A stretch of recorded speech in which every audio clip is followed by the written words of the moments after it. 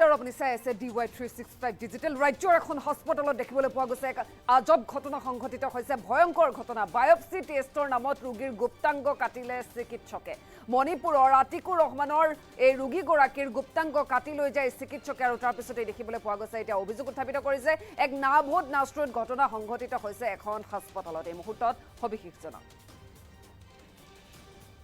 ৰাজ্যৰ এখন হস্পিটেলত ভয়ংকৰ ঘটনা আৰু এবাৰ চিকিৎসকে বায়োপসি টেষ্টৰ নামত ৰোগীৰ গুপ্তাংগ কাটে মণিপুৰৰ আতিকুৰ ৰহমান নামৰ ৰোগীৰ কাটিলে গুপ্তাংগ ৰোগীৰ অনুমতি অবিহনে অপাৰেশ্যন কৰিছিল আৰু চিকিৎসক ইডেন সিনহাৰ বিৰুদ্ধে উঠিছে এতিয়া গুৰুতৰ অভিযোগ ঘটনাক লৈ ভুক্তভোগী পৰিয়ালে দাখিল কৰিছে এজাহাৰ শিলচৰৰ আউৰি হস্পিটেলত এতিয়া নাভোত নাস্ত্ৰত ঘটনা সংঘটিত হোৱা পৰিলক্ষিত হয় এবাৰ এখন হস্পিটেলত বায়োপসি কৰাৰ নামত ৰোগীৰ গুপ্তাংগ কাটে চিকিৎসকে মণিপুৰৰ আতিকুৰ ৰহমান নামৰ এই ৰোগীগৰাকীৰ গুপ্তাংগ কাটি লৈ যায় চিকিৎসকে আৰু তাৰ পিছতে দেখিবলৈ পোৱা গৈছে হাহাকাৰ ৰোগীৰ অনুমতিৰ অবিহনে অপাৰেশ্যন কৰিছিল বুলি অভিযোগ আৰু তাৰ পিছতে ৰোগীগৰাকীৰ গুপ্তাংগ কাটি লৈ যায় চিকিৎসকগৰাকী আৰু এতিয়া দেখিবলৈ পোৱা গৈছে এজাহাৰ দাখিল কৰিছে ভুক্তভোগীৰ পৰিয়ালে শিলচৰৰ আৰি হস্পিটেলত আমি এই নাভোত নাস্ত্ৰত ঘটনা সংঘটিত হোৱা দেখিবলৈ পাইছোঁ ৰাজ্যৰ এখন হস্পিটেলত এই আজব ঘটনা সংঘটিত হৈছে য'ত এবাৰ চিকিৎসকে বায়োপসি টেষ্টৰ নামত ৰোগীৰ গুপ্তাংগ কাটে মণিপুৰৰ আতিকুৰ ৰহমান নামৰ ৰোগীৰ গুপ্তাংগ কাটে আৰু তাৰ পিছতে হাহাকাৰ ৰোগীৰ অনুমতিৰ অবিহনে হেনো অপাৰেশ্যন কৰিছিল চিকিৎসক ইডেন সিনহাৰ বিৰুদ্ধে উঠিছে এই বিস্ফোৰক অভিযোগ ঘটনাক লৈ ভুক্তভোগীৰ পৰিয়ালে দাখিল কৰিছে এতিয়া এজাহাৰ শিলচৰৰ আৰি হস্পিটেলত এই নাভোত নাস্ত্ৰত ঘটনা সংঘটিত হোৱা পৰিলক্ষিত হয় শিলচৰৰ আৰি হস্পিটেলত আমি দেখিবলৈ পাইছোঁ আজব ঘটনা পোহৰলৈ আহিছে এইবাৰ চিকিৎসকে কাটিলে ৰোগীৰ গুপ্তাংগ অপাৰেশ্যন কৰিবলৈ অনুমতি দিয়া নাছিল ৰোগীয়ে আৰু সেই অনুমতিৰ অবিহনে আচলতে অপাৰেশ্যন কৰিছিলে চিকিৎসকে আৰু তাৰ পিছতে বায়োপসি টেষ্টৰ নামত ৰোগীৰ গুপ্তাংগ কাটি লৈ যায় বুলি জানিব পৰা যায় আৰু অৱশেষত ভুক্তভোগীৰ পৰিয়ালে এজাহাৰ দাখিল কৰিছে সেই চিকিৎসকগৰাকীৰ বিৰুদ্ধে শিলচৰৰ আৰি হস্পিটেলত আমি দেখিবলৈ পাইছোঁ নাভোত নাস্ত্ৰত ঘটনা এতিয়া সংঘটিত হয় মণিপুৰৰ আতিকুৰ ৰহমান নামৰ ৰোগীৰ কাটিলে গুপ্তাংগ ৰাজ্যৰ এখন হস্পিটেলত এয়া ভয়ংকৰ ঘটনা এতিয়া পোহৰলৈ আহিছে বায়োপসি টেষ্টৰ নামত ৰোগীৰ গুপ্তাংগ কাটিলে এইবাৰ চিকিৎসকে মণিপুৰৰ আতিকুৰ ৰহমান নামৰ ৰোগীৰ গুপ্তাংগ কাটে আৰু তাৰ পিছতে হাহাকাৰ ৰোগীৰ অনুমতি অবিহনে হেনো কৰিছিল অপাৰেশ্যন চিকিৎসক ইডেন সিনহাৰ বিৰুদ্ধে উঠিছে এতিয়া গুৰুতৰ অভিযোগ ঘটনাক লৈ ভুক্তভোগীৰ পৰিয়ালে দাখিল কৰিছে বৰ্তমান সময়ত এজাহাৰ শিলচৰৰ আউৰি হস্পিটেলত আমি দেখিবলৈ পাইছোঁ এই আজব ঘটনা এতিয়া সংঘটিত হৈছে আৰু তাৰ পিছতে এই চিকিৎসকগৰাকীৰ বিৰুদ্ধে ভুক্তভোগীয়ে এজাহাৰ দাখিল কৰিছে এইখিনিতে মন্তব্য আহি পৰিছে মন্তব্য আগবঢ়াইছে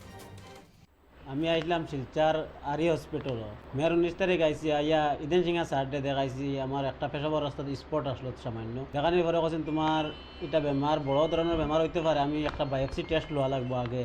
তো 19 তারিখ আমার বিকালে হারাই দিয়েছেন হারাই কৈছেন তোমার বায়োপসি লোৱা হয়তো বায়োপসি লইছেন এরপরে তো আমি বেডো থাকি বাগরিয়া দিয়েছেন বেডো গেছি 3 দিন ওদিন ড্রেসিং খুলিছেন তারা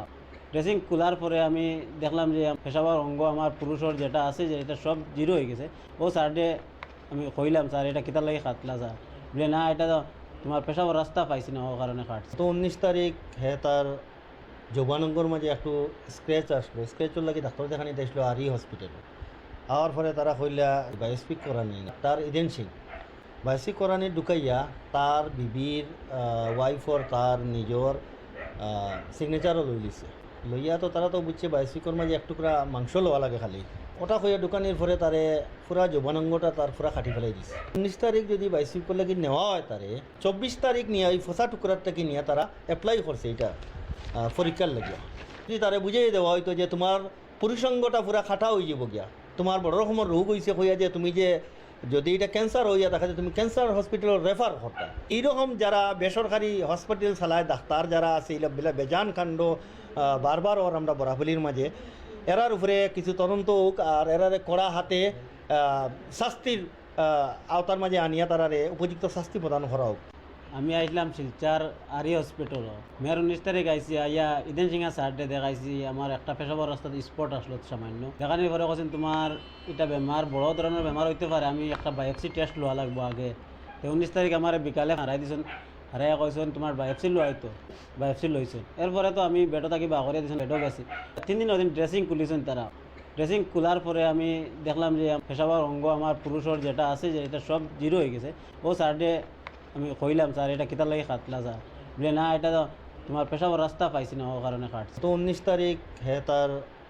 যৌবানঙ্গর মাঝে একটু স্ক্র্যাচ আসলো স্ক্র্যাচের লাগে ডাক্তার দেখানি দেখলো আরি হসপিটালে আওয়ার পরে তারা কইলা বায়োস্পিক করা নেই তার এজেন্সি বায়োস্পিক করানি ঢুকাইয়া তার বিবির ওয়াইফর তার নিজের সিগনেচারও লই লিছে লইয়া তো তারা তো বুঝছে বায়োস্পিকর মাঝে এক টুকরা মাংস লওয়া লাগে খালি ওটা হইয়া দোকানের পরে তারে পুরা যৌবানঙ্গটা তার পুরা কাটি ফেলাই দিছে 19 তারিখ যদি বায়োস্পিকর লাগি নেওয়া হয় তারে 24 তারিখ নিয়ে ওই ফসা টুকরাটাকে নিয়ে তারা অ্যাপ্লাই করছে এটা পরীক্ষার লাগিয়া যদি তারে বুঝিয়ে দেওয়া হয়তো যে তোমার পুরুষাঙ্গটা পুরা খাটা হয়ে যাব গিয়া তোমার বড় রকমের রোগ হয়েছে হইয়া যে তুমি যে যদি এটা ক্যান্সার হইয়া দেখা যায় তুমি ক্যান্সার হসপিটাল রেফার করতে এইরকম যারা বেসরকারি হসপিটাল চালায় ডাক্তার যারা আছে এগুলা বেজান কাণ্ড বারবার ওর আমরা বরাবলির মাঝে এরার উপরে কিছু তদন্ত হোক আর এরারে কড়া হাতে শাস্তির আওতার মাঝে আনিয়া তারা